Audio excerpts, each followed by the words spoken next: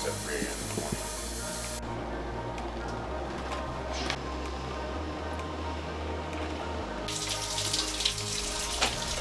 I know I'm getting old that I can't see in the dark for shit.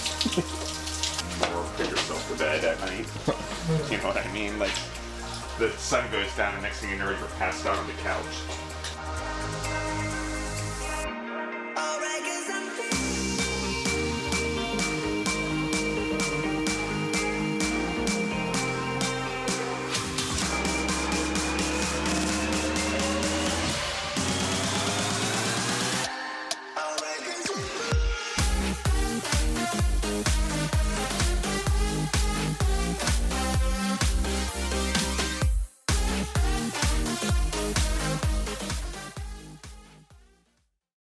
Alright. Now, it's time to shower. Yeah, and we'll hit the road in probably like, I don't know, 20. Did you ever take... That's kind of amazing. It's like all of a sudden, like, boom! Yeah. Alright. Look at that shirt. I know. Look at that. I know. What do you think, Deborah? Banana chocolate cream pie. Banana chocolate cream pie. We'll name all the shirts after, like, food. I like We're gonna have to come up with stuff. You're in charge. Not of that one. That one's already set. I know. It's bananas. I know. This one's like strawberry rhubarb. Yeah. Or, yeah, it is a dark red. I don't know. Raspberry. Bloody Mary. Bloody Mary. Oh, jeez. That is a good one. That is a good one. With the black, because it has black lettering, right? Yeah. Yeah. You could be Bananas Foster. Bananas Foster. That's a really good one, too. All right. Bye. Have fun. Bye. Dream about my banana chocolate cream pie. All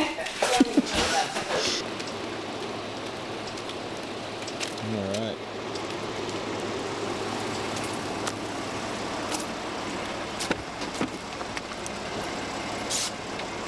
I mean, the purpose of any business, I think, as an entrepreneur, and your purpose is to try to provide a solution. I think I'm just in the food business. It's what I grew up in. It's not necessarily my purpose. My purpose is obviously, for me personally, if you look around my social media and stuff, and you know, the almost 600 employees at Food Service Partners, it's about human growth and, you know, protecting the environment and the animals on the planet, and then replenishing the planet. So, you know, the solutions, or what does PrimalRock provide? Because it could be just like any other grocery store or any other online food place that you see, and it's just not like that. You know, it's the thing is what we're trying to do is get consumers to see that there needs to be a bigger solution. It's not just plant-based protein. While I agree that's one of the ways we can provide a solution, the thing is we have to have diversity in our diets as humans to get the nutrients and minerals, etc., that we need. So you can do it through supplements also, but you still need those core foods, and you still need the diversity in your food, diversity in your proteins, diversity in your vegetables, fruits, starches, so on and so forth. There's hundreds of foods or produce or animals that we can utilize across the planet to be consumed, fish, whatever. And so there's really 4 purposes, right?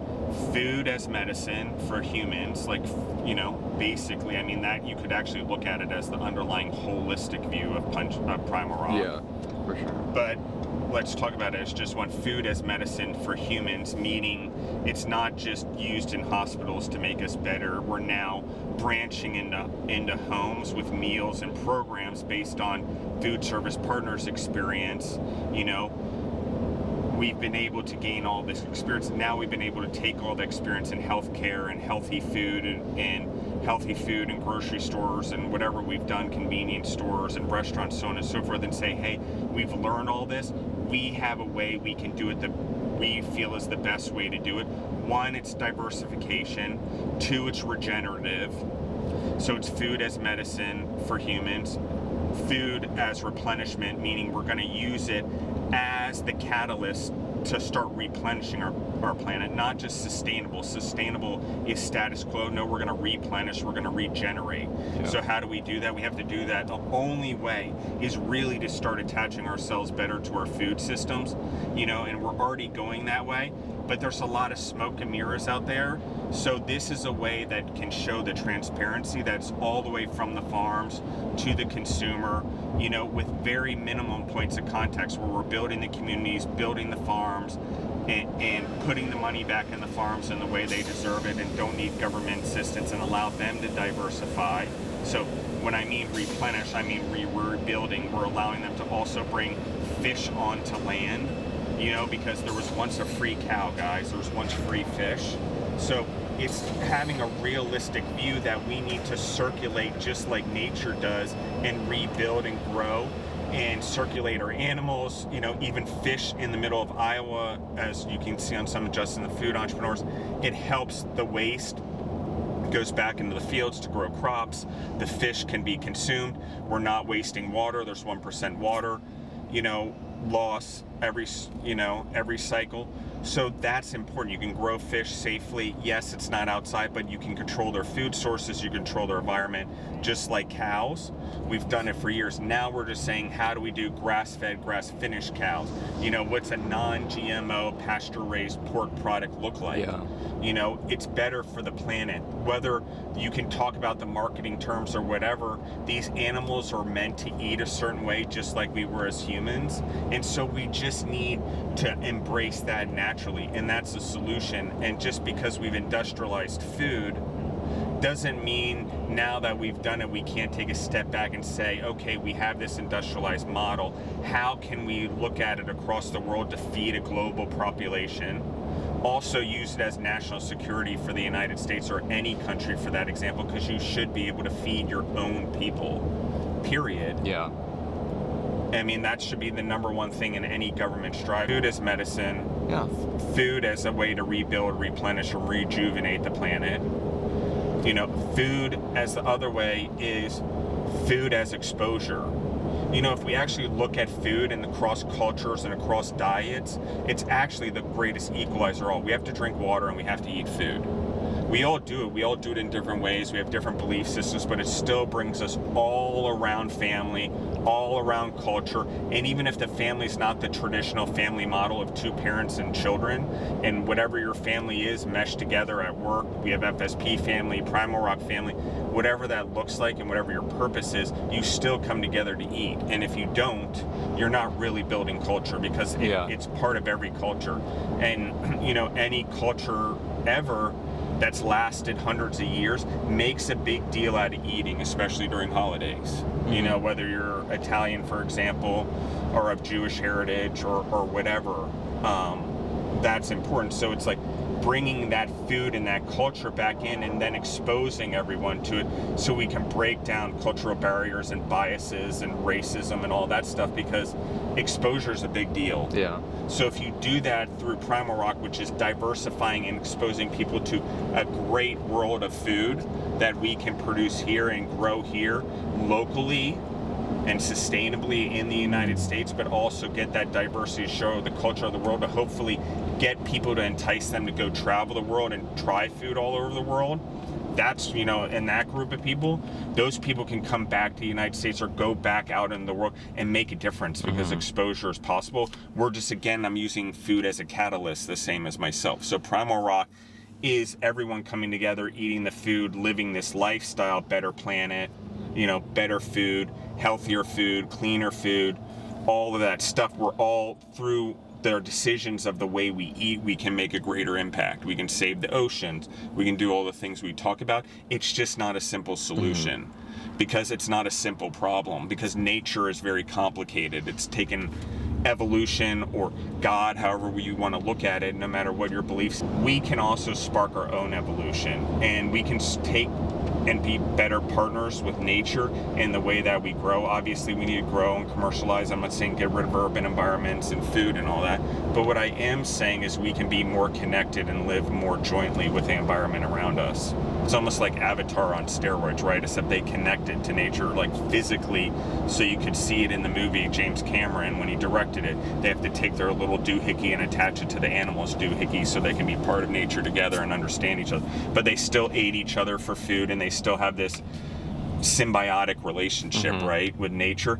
Like, that's our responsibility as humans. So PrimalRock's really embracing that. And then there's the fourth part, which is food as fuel, which is we can really take athletes in the combination of supplements and actual food, like actual bull meat with testosterone in it, and give it back into male athletes and help boost their testosterone levels. I mean, there's things diversifying with buffalo meat, leaner meats, alligator meat, things like that that are leaner, that can diversify the way food goes in it. You know, alligators are a good solution to chicken farms. Chicken farms, a lot of chickens die and before they've ever made it to us, right? There's just death. But if we feed those chickens to the alligators and start completing the cycles, eat the alligators, we still use the alligator skins for leather and everything, we just completed a cycle there. You know, the organs can go to fish or whatever else in nature that they're supposed to go to, but literally, you know, it's how do we, you know, put the waste at food service partners or at PrimalRock back into the ground, the organic waste to replenish on our farms to grow our crops. And then we rotate our crops and our animals, and we use, you know, get into goat meat and turkey meat, and not only within cows or within pork, but what about the diversity within those species? Because we don't do a very good job of looking at the diversity within the species of a pig, of a cow, or whatever. We've just looked at what's the fastest one that can grow that makes sense commercially. Yeah. But we're missing out on all the nutrient balance and benefits, especially for the athletes, because some of these animals will produce more protein, will drive more, there's better foods out there that'll drive better anti-inflammation properties. But how do we get it in the food to complement the supplements where they're not only relying on the supplements if they're an athlete, for example?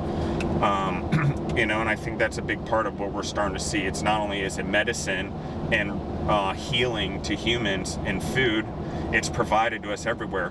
But if you go to parts of the world, when I talk about exposure, but also tying it back to the athletes, there's like, I don't even know, it's a ridiculous amount, and I'm probably going to exaggerate the number, but I would say there's probably over 500 types of potatoes in the world.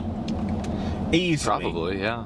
But we only eat, most of us only know the Idaho, the red, and the russet. Yeah. That's 3 potatoes.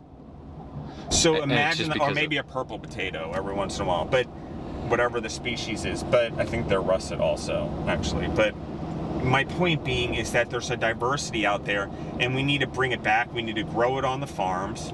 We need to get more into how do we grow indoors and outdoors complementary, where we're recycling water and protecting the environment. We need to look on shipping and how do we do it through recycling materials. It's going to cost more, and we're going to have to be willing to pay for it, which is the craziest thing. We want what's better for the world. We want what's better for the environment, and we all can do it through the choices we make every day in our food, to actually where we're choosing to make the environment better, where we're choosing to give animals a better way of life, you know, even though they're part of our food chain, where we're choosing to grow the world around us and the people around us, and we're choosing to invest in the athletes or in the people that have, you know, certain conditions and diets and things that could be life-threatening, that they can't get food anywhere. We know all of that from food service partners. So we've that's just all taken over the it, PrimalRock website. So right. we cleaned it out, and you get rid of all those nasty properties in there that are bad for the human body, or even bad for the food chain or compound in the animals we eat. Yeah. So we clean it out. You know, you scrape, you know, out anything that's not there, and you rebuild. And COVID provided us a perfect platform when the supply chains went to hell to really look at what's the best way to do this. We were already on our way to PrimalRock, but now let's take this step forward, because 1, national security, like I said. 2, to be vertically integrated in the supply chain is important. It's important for the consumer that we track our food, that it stays cold throughout the food chain, that it's temperature logged, that the time from when the animals killed or slaughtered, or that fruit or vegetables out of the ground that to the consumer's mouth is minimized so the nutrient value is maximized. Yeah. Because the more it's off the vine or the more it's out of the animal, you start losing nutritional value, just like it depreciates in its when it spoils and its quality. It's the same thing.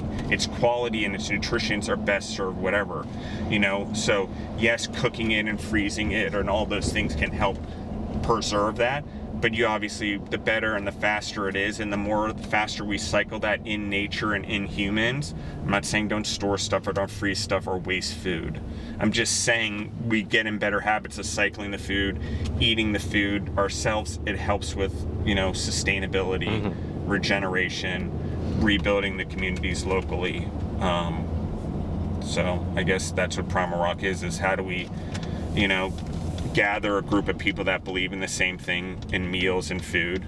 And then two, it's we start finding people that are not within food service partners or that are out in the world that believe in the same things we do or have their same standards in their food and beverages, that now have an avenue and a support system to promote their same beliefs so they're not alone.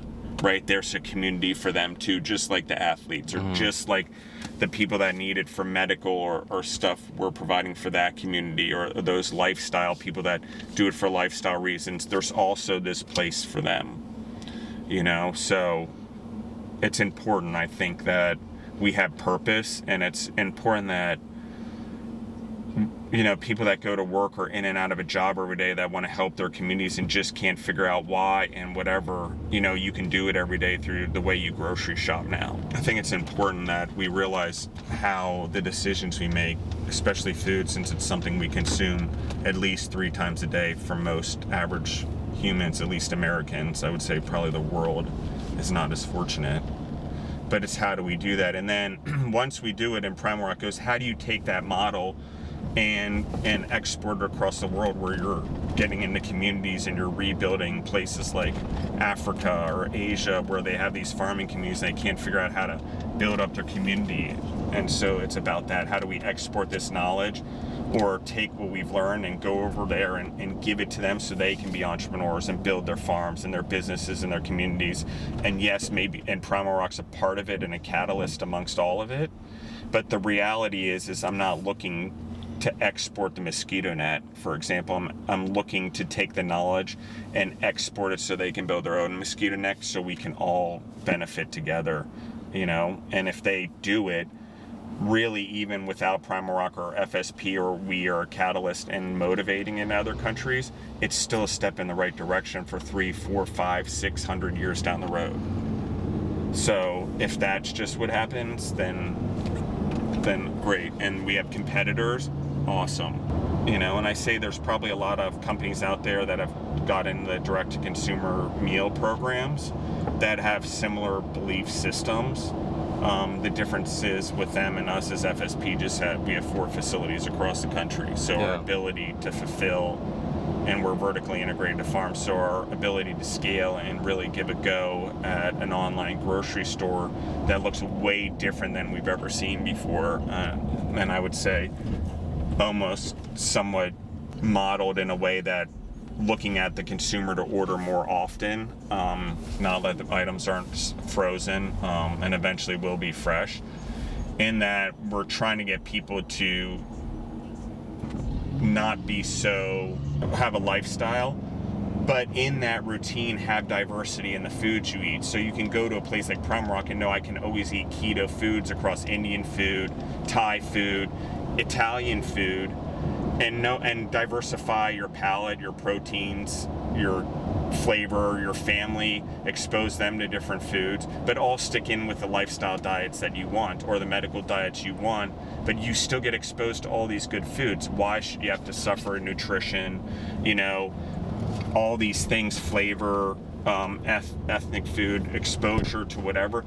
And in a way, it'll help educate people on familiarity with these foods if they do want to travel and they do have these conditions and they do have to go to a part of the world where this may be a problem. They now are getting familiar with the names and the food and Indian style curries that may have a gluten problem or a potato problem or whatever, peanut problem. So you're starting to get familiar and educating it on your own because it's interesting. It's the least thing we educate ourselves on, yet it's the thing we do the most of in our life other than sleeping.